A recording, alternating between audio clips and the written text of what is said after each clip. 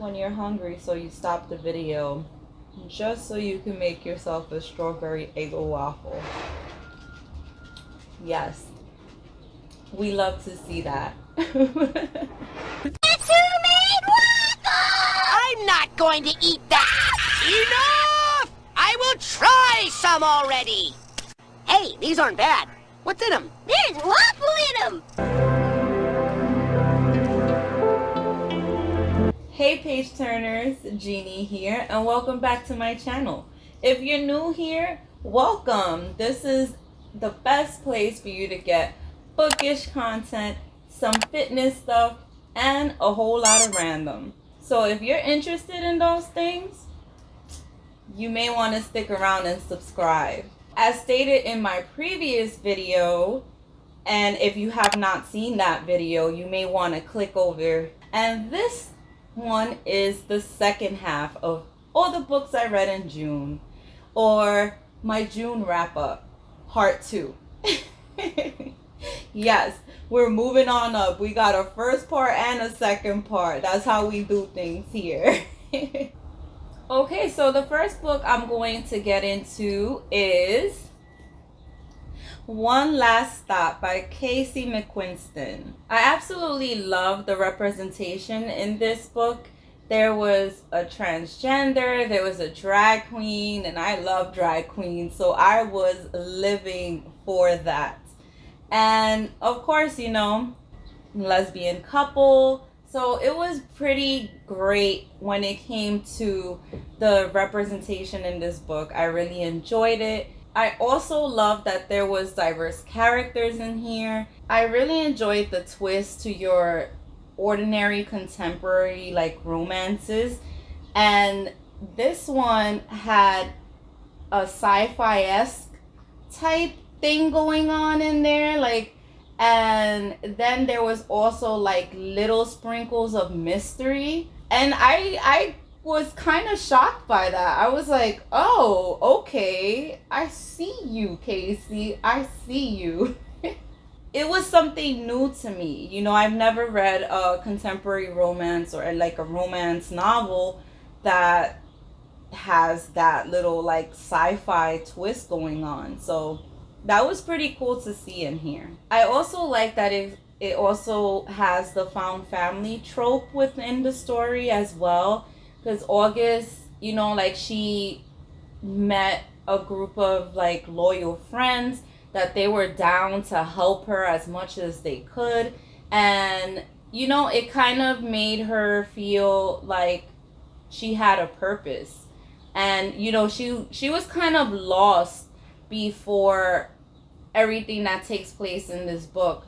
So it was pretty nice to see that she was able to have these friends in her life. And not only did it give her a purpose, but it also made her feel like she belonged, you know, and comfortably too, because like I said, the representation in this book is amazing, and I felt like her group of friends were just the perfect fit for her. Yeah, you got a friend in me. I found the characters to be so like adorable. They were quirky, they were sarcastic, they were funny, and they were just overall cute, and I really loved that. Now, here's the thing. Though I enjoy that twist of the sci-fi element aspect of the story, but I kind of felt like the contemporary romance part could have been connected a little better to the sci-fi part. And I hope that makes sense. I guess because it was like back and forth between the two, it made it a little confusing. Will you tell me what the hell this is? A second notice for 3 outstanding tickets. I don't remember getting a first notice. At times, I found myself confused and a little bored because the pacing was just too slow for me, and again, because of that, it kind of just got boring and I lost interest. And I get that maybe that could have been the author's intentions, But for me, I just wasn't vibing with that. So it kind of was just like, eh. Then the other thing is that the chapters were just so long.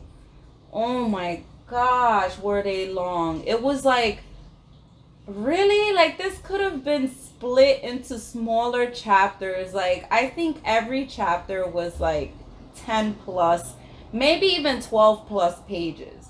That's how long these chapters were. And I mean, if you really see, the book is kind of thick. That was like one of the things I was very annoyed by, because I, for one, do not like super long chapters. Then another thing that I noticed is that for me, the romance part of it kind of just fell short. Like, I really liked August and Jane, but it was just like a, I don't know. For me, it just was not like the romance that I was hoping that it would have been. Although I really enjoyed the personalities to the characters in this story, but I also felt like they weren't given room to be themselves. It kind of felt to me like they weren't really standing on their own, and like if they were just there just to be there. Like, I hope that makes sense, but it just kind of felt like, yeah, they had this personality, but they just was there. At least that was like the way I took it and how I felt like it was written. I also wasn't fond of the other characters just like dropping everything they were doing just so they can like help August with whatever she needed. It was like, I found it pretty annoying and so like unrealistic, because at the end of the day, as a person or as a character, like, you have your own stuff going on, or your own life, or your job. And I just felt like them just always stopping everything to help August, it just kind of didn't sit well with me. I don't know, but I just didn't care for that. Yeah, you the man. Way to go! Here I come to save the day. So overall, I felt that this was a good read. In my rating system, it means I gave it a 3.5 stars. Even though for me, there was like certain things that I didn't care about, but maybe that won't be the case for you. However, I would still definitely recommend you pick this one up, especially if you're interested in time travel and romance, and this, like, fuses both of those things together, and something that I never stumbled across in a story. So I really appreciated that, and I would definitely recommend that you pick this one up. So on to the next one. Clap When You Land by Elizabeth Acevedo. Okay guys, so if anybody knows me, they know that I really love Elizabeth Acevedo books. I love her writing. I love how poetic and lyrical and powerful it is. I also listened to this on audiobook, which Elizabeth Acevedo is narrating, and I absolutely love it because I don't know, there's something about Elizabeth Acevedo's voice that is just so powerful, and I don't know, it just hits me, okay? Like, yeah, I really love Elizabeth Acevedo when she's narrating her books, because it just hits different. So I definitely recommend that you listen to the audiobook while reading this one. So this was told in dual perspective, so it goes back and forth between Camino, who lives in Dominican Republic, and Yahaira, who lives in New York.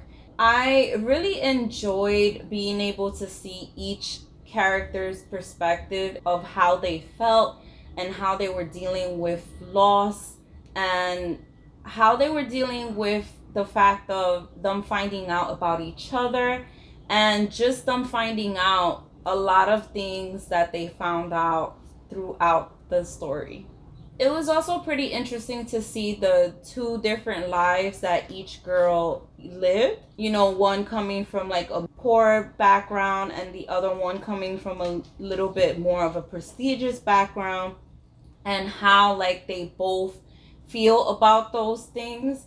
I also love that both girls had to face the discovery of who their father really was, and kind of started to understand that the person that they thought was like so perfect actually had flaws.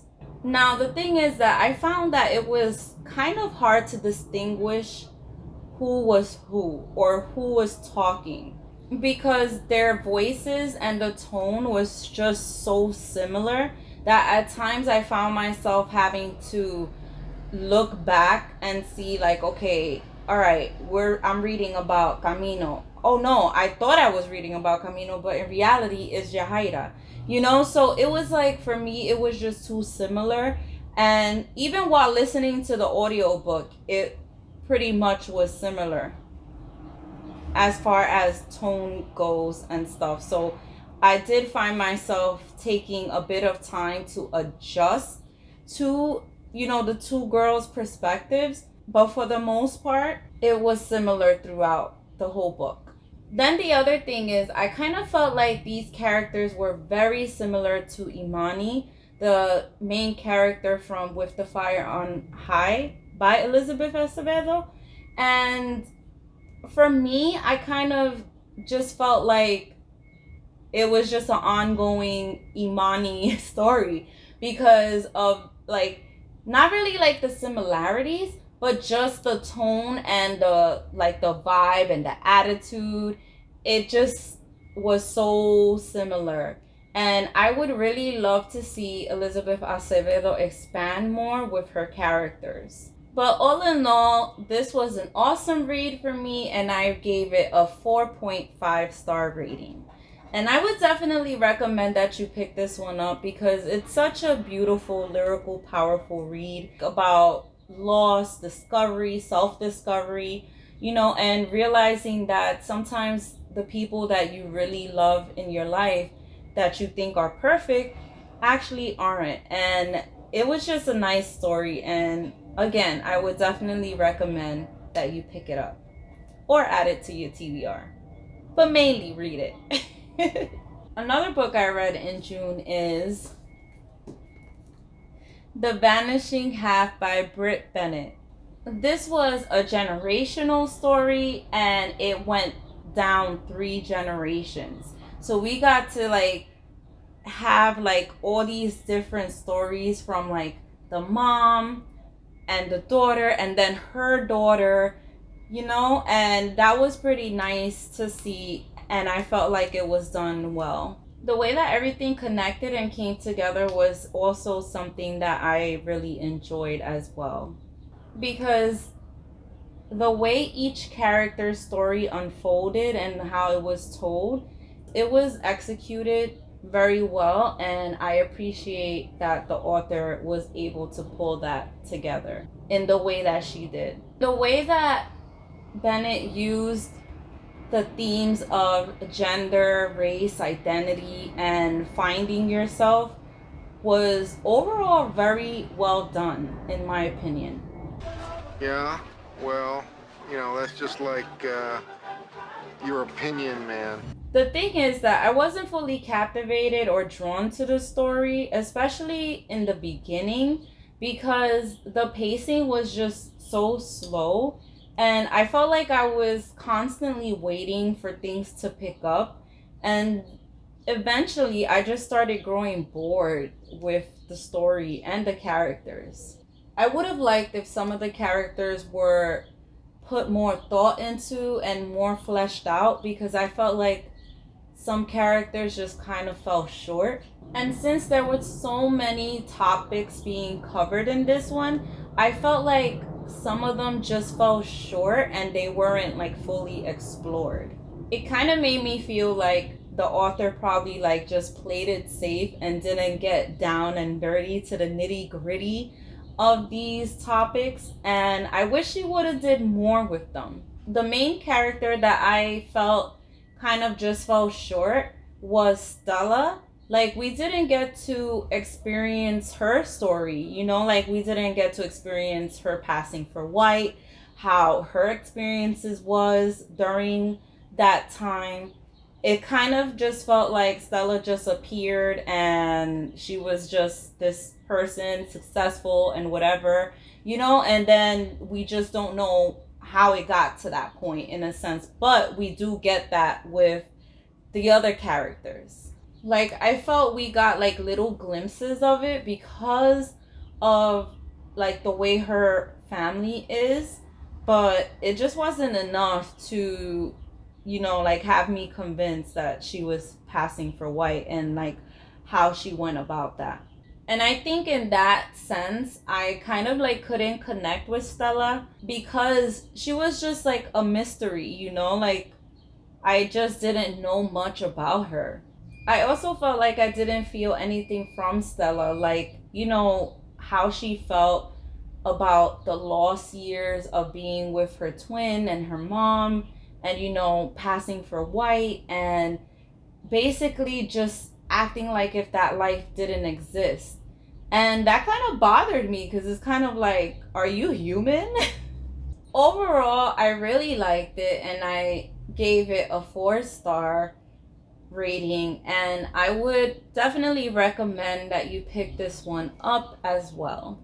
Check out the description box down below for all the links to the books where you can quickly buy it for all your buying needs. Another book I read is Full Disclosure by Cameron Garrett. So in this one, we are following Simone, who is a teen that is HIV positive. And I really was drawn to that aspect of the story because I felt like it was pretty unique. And I've never read anything, you know, in regards to a teen living with HIV. And I felt that that was a pretty nice thing to see as a contemporary. I found this one to be very informative as it touched on so many important topics like exploring your sexuality, sexual health, living with HIV, and racism. And I really love that Garrett was able to include the other aspect of people with HIV and able to educate us on it as well. Now, there's also like a mystery subplot within this, which I felt that it wasn't needed.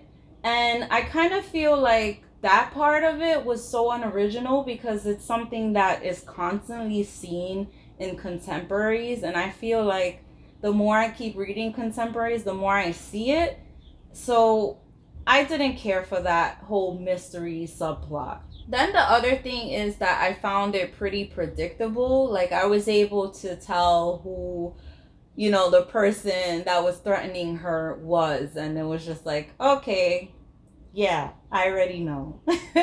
La-di-da, la-di-da. Then the drama that Simone and her besties had was just kind of like uncalled for. And I really wish that wasn't part of the story because it kind of was just like one of those things where you're kind of like, okay, let's have some drama because, you know, now my best friend has a boyfriend, so we're just gonna stir the pot and create some kind of drama. I just feel like that's something that's overly done. And though I know, even though I understand that, you know, this is, they're high schoolers, but I just get bored and tired of seeing them in contemporaries. As far as the writing goes, I kind of felt like there were moments where things didn't make sense or didn't really connect. Then there was moments where things were just kind of unrealistic. So the writing for me was just like, eh. Then one of the things that bothered me is that Simone was so worried and so consumed with like making sure to have safe sex, right? And then once it starts happening, that goes out the window and she decides to not have safe sex, well, oral sex. And I was just like, really? Like, you was going about life constantly thinking about this, and just like, you was so worried about that, and then like when it actually goes down, you're just like, oh, forget it, you know?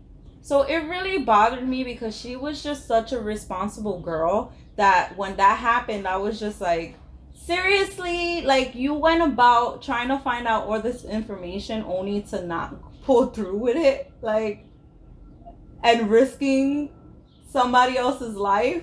And like I said, Simone was very responsible. So that's like one of the things that I really liked about her. She was so responsible with her checkups, her medicine, you know, very aware that she could take care of herself and that she can live a normal life. What I also found cool was that she loved musicals, and that's something that I like as well, and it was pretty nice seeing a character that enjoyed musicals as much as she did. Now the thing is that what really like annoyed me was like her whole world revolved around sex. Everything was sex, sex, sex, sex. Like, Miles can say, hi Simone, and she's like, oh my god, sex, sex. You know, like, it was annoying. Like, I was just so annoyed by that and a little bit like put off by it as well. Then the other thing that I didn't like as well is the fact that she ditched her friends for a boy. So it's like, even though the whole drama was uncalled for, but then it's also like, but you ditched your friends just for a boy and you kind of forgot about them. So I can understand why they felt that way, even though it's like we could have did without that. And I usually love contemporaries because of their cute romances, but Simone and Miles' romance was just like, meh. I didn't care for it. It wasn't cute. It was just meh. So overall, I felt that it was a good read, and I gave it a 3.5 star rating. And because of the uniqueness of it, as far as the teen living with HIV and how she's trying to figure herself out, as well as live a normal life, I would definitely recommend that you still read this. Next book is I'll Give You the Sun by Jandy Nelson. So guys, I really love the writing style in this one. It was just so vivid and poetic and artistic and just so creative. Like, the use of the metaphors in here, they were just so dramatic, but yet beautiful, unconventional, and very consistent, which I definitely loved. However, what I will say is that at first, I was a little bit confused in the beginning, like just a few pages in, but I guess it was because I kind of had to like adjust to the writing style. But once I adjusted to it, it was over, okay? I love it. I really loved the characters in here. And I love that I was able to like vividly visualize them. That's how well and descriptive the author was about the characters. And with that said, I also loved the twins' relationship. I felt like it was just so spot on. For example, when Noah puts Jude's toothbrush in the toilet. Or like the cute games they played. I loved the games that they played. And how Jude would always stand up for her brother Noah, because he was somebody that was pretty much picked on and wouldn't speak out. So she was like his voice. And it was so cute. Their relationship was just so cute. And this was told in their perspective. So it was told in Jude and Noah's perspective. I really love that we were able to hear both sides of the stories and see the mistakes and choices that they made and how those mistakes and choices shaped their lives. The plot was also done in such a brilliant way. Oh my god! Wow! Like, each reveal that was made was not only for the reader to see, but also for the characters to see. And it was so believable how each character would react to them. And this story is just so complex. The reveals go so well with the themes, which were love and lost, something broken being remade, and splitting apart, but also finding your way back. And this book is all about family dynamics, on how complicated and messy families can be, but yet it reminds us how interwoven our lives are and how we rely and need each other. I also love the LGBTQ relationship in this, the superstitions. They were just so funny, and a lot of them I knew because, yeah, it's just something cultural that, you know, like we're told a lot of superstitious stuff. I was so surprised that this is like a soft insta love, but it's actually the first one I really enjoy because the author does it so well and it's so believable and it just flows. So that worked for me. I don't know what it is, but Jandy just gets it. You know, like she understands that sometimes through loss is how we can achieve like true happiness. And I had a tangle of emotions while reading this. Like I felt happy, I felt sad, I had bittersweet moments.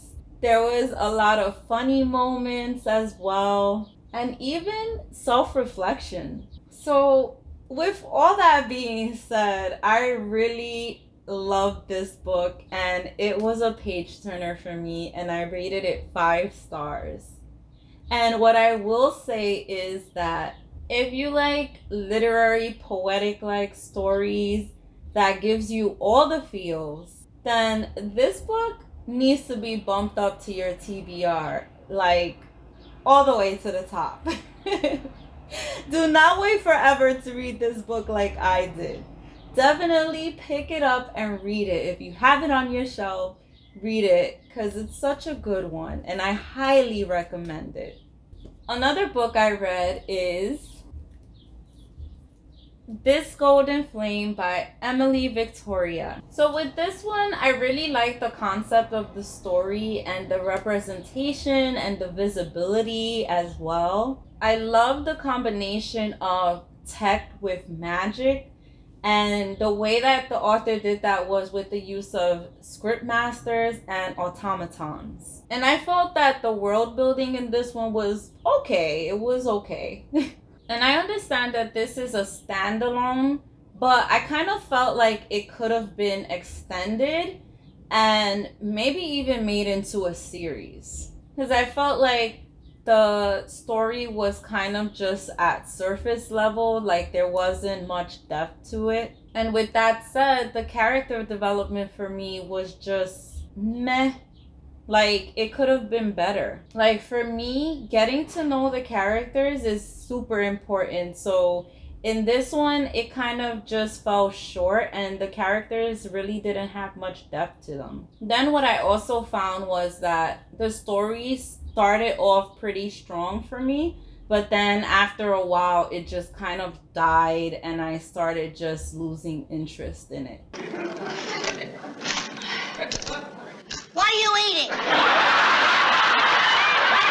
I felt that the plots were pretty predictable and the story kind of seemed a little rushed. For me, like, I guess because the story felt rushed, I was pretty confused towards the end and I felt like there was just so many questions that were left unanswered. Then the other thing that kind of bothered me was this whole family member missing trope. It's just like, oh my gosh, another fantasy slash sci-fi with the family member missing trope as the main part of the plot. I am so tired of those type of stories. Can we get something else? And as far as the characters go, Charis, which is the main character, I was just bored with her. Like, she wasn't interesting to me. I lost interest in her. And yeah, she just fell so flat for me as a main character. I did love that she was asexual and aromantic. Hopefully I said that right. And that she also accepted it. Like, she was fine with it. She was pretty open with it. And yeah, I really like that. And with that being said, even though what she identifies as, we were still able to see that Charis has a big heart. And this was something that she would only show to like the people that she really loves and cares about. And what I also enjoyed was seeing her relationship as platonic.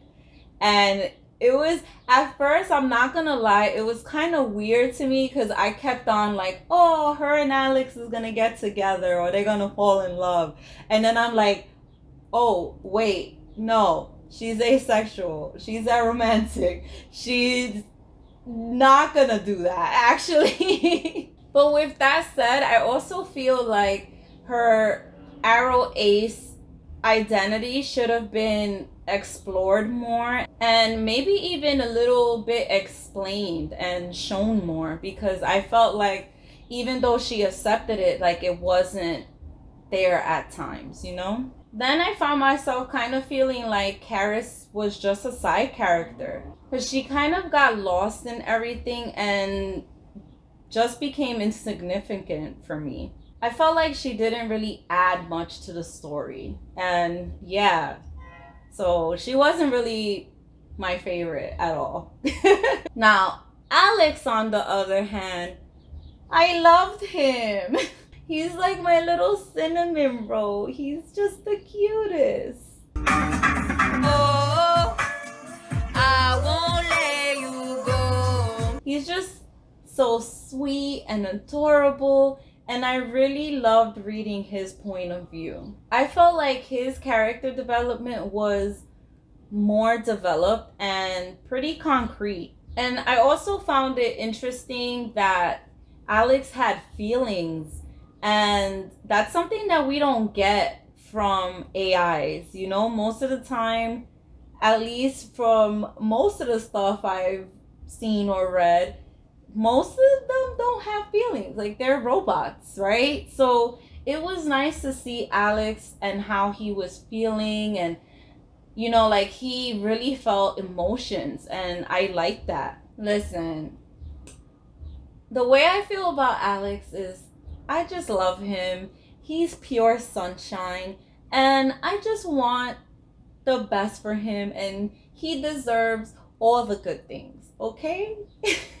Now, Zara, I love her. She is like the pirate queen, and she is just so badass. I felt like Zara just took over everything, okay? Like, she overshadowed Charis' story, and I felt like she has like more to her story, you know? Like, there's a bigger story to tell with Zara's story, and I would really love for the author to come out with something for Zara, because she needs her own book, all right? She is that badass and that cool. She should have been the main character instead of Charis. And I just wanted to know so much more about Zara, and I was just so interested and invested in her. And yeah, again, I would love for the author to create a story for Zara. Now, let's talk about the magistrate, right? So, want to know what I feel about him? Are you kidding me? Okay, like, he was the villain What? Okay, so to make the picture better, because I just felt like the Magistrate was a garbage villain, okay? Team Rocket, you remember Team Rocket, right? Well, Team Rocket was more villainous than the Magistrate. Jesse! James! Team Rocket, blast off at the speed of light! Surrender now or prepare to fight! Meow, that's right. Listen, this villain was a marshmallow, okay? He was fluffy and not a villain in my book. And you guys know that I love villains. I'm always the one rooting for them. I'm always like, yes, villain, woohoo. But this one was just, no. It's like, we get all this information, right? That the Magistrate is evil, he tortures people, is frightening, and has like supreme powers. And then when we meet him, it's just like, I felt that the Magistrate was just lacking all the villainous flavors, okay? All those villain flavors that I love. You ever dance with the devil in the pale light? And instead, you know what I got? A villain that was as bland as a warm cardboard, okay? That's what I got from this. Then, as quick as he came in was as quick as he was defeated. Goodbye, adios, villain. There we go. I'm sorry, guys, but that villain, the Magistrate, was just basura, in my opinion. With all that being said, this one was just a meh read for me, which means that I gave it a 2.5 star. I was debating whether I should even give it 2.5 stars, because at first I was just gonna give it a 2 star, but Alex and Zara really made this book come to life, and which is why I gave it 2.5 stars. As far as like me recommending this, I mean, I would still recommend it just because of that, and just because of the fact that it has the whole tech and magic, you know, infused together in this world, which I appreciated, and of course the Arrow Ace representation. And yeah, I would still recommend it, because even if it wasn't my cup of tea, it just might be yours. So page turners, let me know what you thought of my June wrap up. Like, did you read any of these books? Would you like to read any of them? Do you disagree with some of my choices and some of my ratings? Definitely let me know in the comments below. Thank you so much for watching. I love you guys so much. And until next time, bye.